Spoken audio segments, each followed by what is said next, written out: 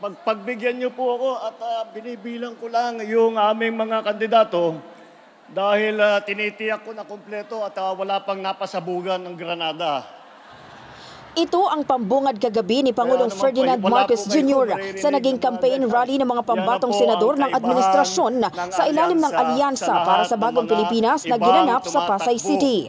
Tila hindi na nawala sa mga talumpati ng Pangulo ang patutsada kay dating Pangulong Rodrigo Duterte dahil binigyang diin ng Pangulo na hindi lang tulad sa ibang partido, walang halong mura at pananakot ang kanilang pangangampanya. Yan na po ang kaibahan ng alyansa sa lahat ng mga ibang tumatakbo dito sa halalan na ito.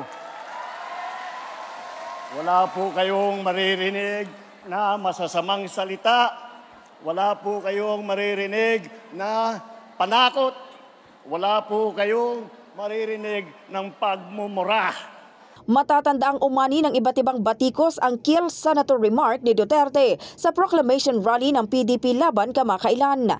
Kasabay nito, muling ibinida ng Pangulo ang mga kandidato ng alyansa na anyay magtataguyod ng interes at kapakanan ng mga Pilipino, kung saan sinabi ng Pangulo na ipaglalaban nila ang soberanya at karapatan ng bansa sa ating teritoryo sa pamamagitan ng diplomasya at dignidad. May binanggit din ng Pangulo tungkol sa paglaban sa illegal na droga, peace and security, ekonomiya at unemployment.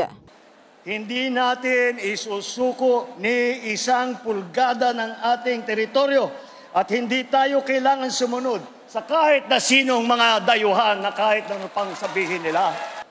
Sa laban kontra naman sa krimen at droga, hindi natin kailangan dumaan sa madugong solusyon. Wala kaming paniniwala na ang solusyon ay kailangan pumatay ng libong-libong Pilipino. May tamang paraan para tiyakin ang kapayapaan at kaayusan.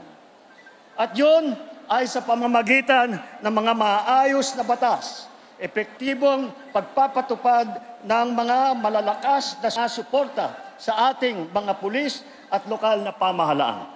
Sa ekonomiya naman at sa trabaho, hindi natin kailangan umasa sa iligal na mga industriya tulad ng Pogo na naging pugad ng krimen at karahasan. Ang solusyon po ay tunay na trabaho, disenteng sweldo at suporta sa maliliit at sa mga nangangailangan. In the heart of changing lives, ito si Brigada Maricar Sargan ng 105.1 Brigada News FM Manila, The Music News Authority.